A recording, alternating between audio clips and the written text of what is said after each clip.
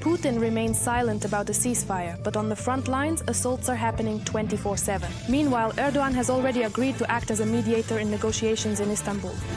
Europe is making it clear that it will stand with Ukraine and continue supplying weapons. Scandal in the US. Trump's special envoy Steve Witkoff used the services of Putin's interpreter in Moscow. And in the swamps, World War II veterans were given spoiled chicken. Hello, my name is Veronika Veremieva, and before we begin, please subscribe to our channel, like this video if we've caught your interest. Things are about to get heated. Russia is playing at a ceasefire, but in reality, it's building up forces at the front and continuing its offensive. The assaults are literally ongoing 24/7. This is what soldiers from the Kupiansk direction are reporting.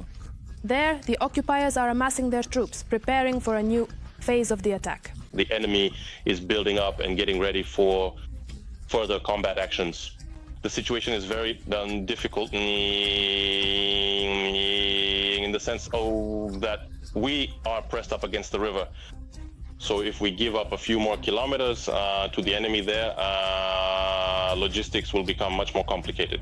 That's why, as long as our brigade is holding firm, standing strong, the enemy isn't getting through. There have been assaults with as many as 20 pieces of equipment, and the enemy still hasn't managed to push our positions back. Because of this, in fact, we are able to remain on the left bank of the Oskil River, and we don't have to take up defensive positions solely on the right bank.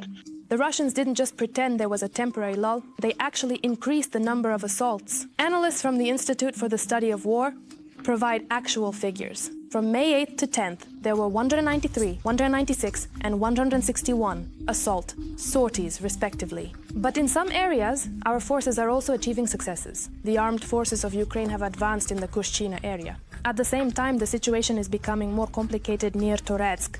This is also reported by analysts from the Institute for the Study of War.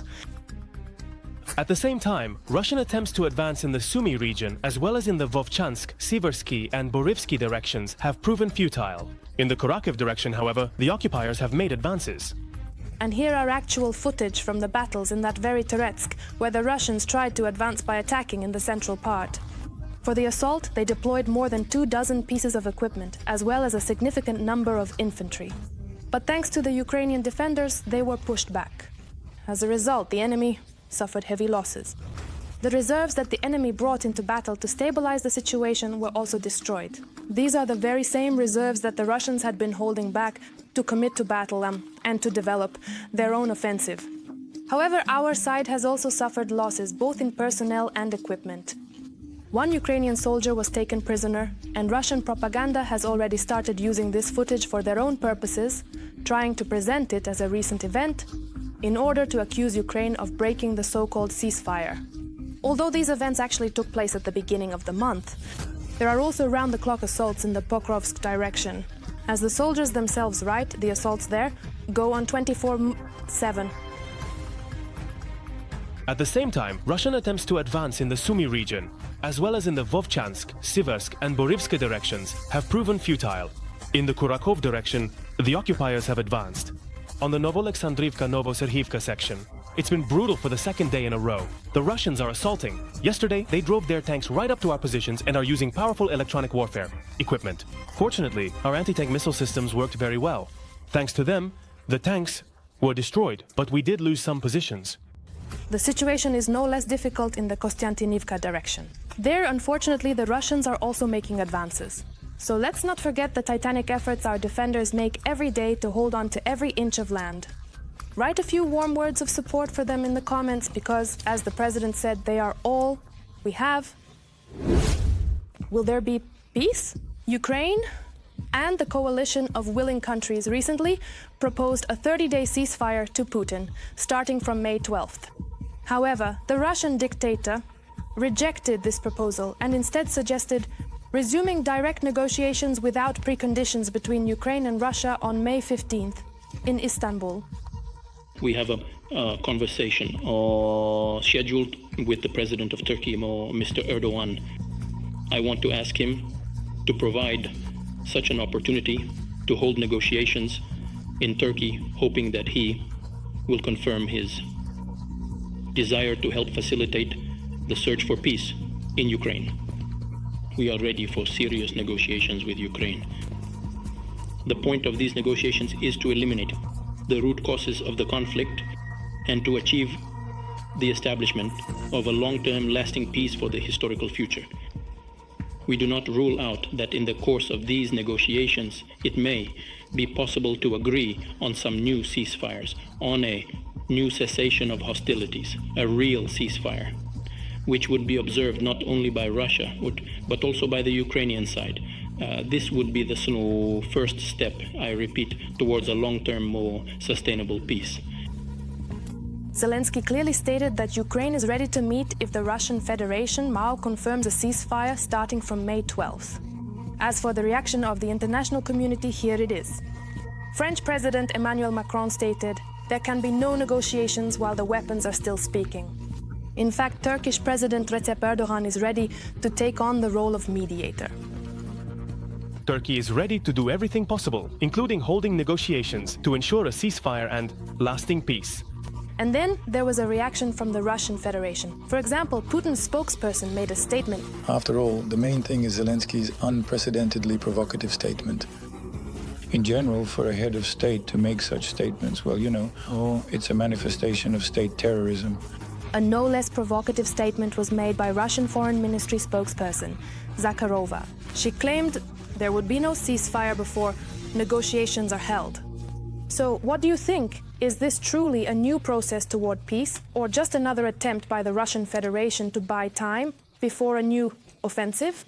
Every voice matters. Join our community, support independent journalism and help us bring you the truth from Ukraine. Become a member of Ukraine today. Join us now.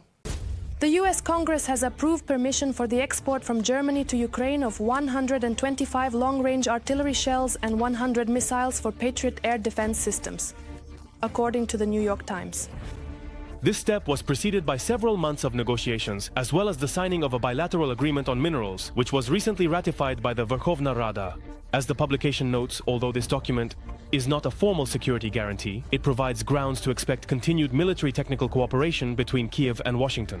In the same article, Yegor Chernyayev, deputy chairman of the Verkhovna Rada Committee on National Security, Defense and Intelligence, stated that the armed forces of Ukraine are currently facing an acute shortage of long-range missiles and air defense systems, most of which are produced in the United States. The aid approved under Biden could run out as early as this summer, and new packages from the current administration remain uncertain. Europe is trying to make up for the reduction in US assistance, but they simply lack the capacity. A lot of time passes between the decision to supply aid and its actual arrival. Still, even such a decision will help Ukraine at least a little. Europe will stand with Ukraine and provide weapons for both military and defense needs. This was stated by the head of the EU Military Committee. No one understands better than Ukrainians that what's at stake is not some abstract idea. Right now, it's about how to prevent a third world war. Meanwhile, we see how the Ukrainian people and armed forces are fighting for the future of the civilized world. He also added that this support includes the continuation of training for post-Ukrainian soldiers. Meanwhile, the former commander-in-chief of the armed forces of Ukraine and now Ukrainian ambassador to the United Kingdom, Valery Zaluzhnyi, emphasized the importance of building a new security architecture in Europe where Ukraine plays one of the key roles. Because only Ukraine has the experience not only of deterring Russia, but also of fighting against them. We need to unite and work together in the direction of advanced technologies, strengthening production capabilities and consolidating resources. This is exactly what will lead us to technological superiority and, as a result, provide guarantees of our own security. Do you agree with Mr. Zaluzhnyi? Write your thoughts in the comments. Trump's special envoy, Steve Witkoff, used Russian rather than American interpreters during his visit to Moscow. By doing so, he violated US diplomatic protocol, according to NBC. One of the interpreters was Natalia Koshkina, who had previously appeared in photos with Putin, Lavrov, and the head of foreign intelligence, Mamakokos Narishkin. Well, how are you, Mr. President? Very nice to meet you. In the video, you can see Witkoff pointing at the woman and asking, "Interpreter?" She replies, "Yes." After that, Witkoff asks, "From the embassy?" To which he again receives confirmation from Putin. Obviously, there is no American embassy in Moscow, so the logical conclusion is that he was assured the interpreter had been approved by the United States Embassy. The Cannes Film Festival stands with Ukraine. The organizers have shown their support for our country. On the opening day, there will be a special Ukraine Day. On May 13th, 3 documentary films about the war and its unique aspects will be screened.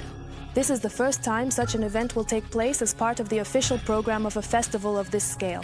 The special Ukraine Day program includes the films Zelensky, about the life of the Ukrainian president, Our War, about the battles in the Pokrovsk and Sumy directions, and 2,000 meters from Avdiivka, by Oscar-winning director Mstislav Chernov.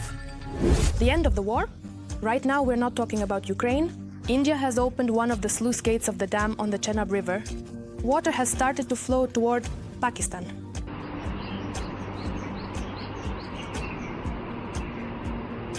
What do you think? Is this really the end, or will the countries resume the war after all? Another Russian propaganda stunt. Fans of Russia, and therefore fans of the dictatorial regime, gathered for a parade in Moldova. August summer is ours. Indeed, our Moldova from fascism. Thank you. Take note, Maria Grigorievna, I'm filming especially for you, the young heroes who came today with their mother, with their grandmother, to pay tribute to their grandfather. And Maya Grigorievna was here at 6 in the morning. Well, she's like a rooster, like an early hen, so that people wouldn't see her. They openly declare the occupation of Moldova by Russia. Lord, forgive me, merciful. I want to give you an interview. Madam Maya Sandu, today I am among thousands of people of the Moldovan nation who remember their heroes. Film this hero, please. What's your grandfather's last name then? What's the last name? Kondratenko. Dmitry Kondratenko? Denis Yakovlevich. Denis Yakovlevich. Participant in the Battle of Stalingrad. May he rest in peace. He gave Paulus a real beating, Maria Grigorievna. Paulus was captured by this hero. Unfortunately, people like this feel very free in Moldova. Well, now let's actually talk about Russia itself and its real attitude toward its own citizens. This is how they take care of World War II veterans there. The Russian authorities give them expired soup-dump kits for May 9th. Jackets are outerwear garments designed to keep you warm and protect you from the weather. Available in many styles, materials, and colors, jackets are a practical and essential part of any wardrobe. Oh Lord! This is the real face of Russia. What do you think of that? Write your thoughts. That's all for now. Like this video and subscribe so you don't miss the next episodes. And then we'll definitely see each other again.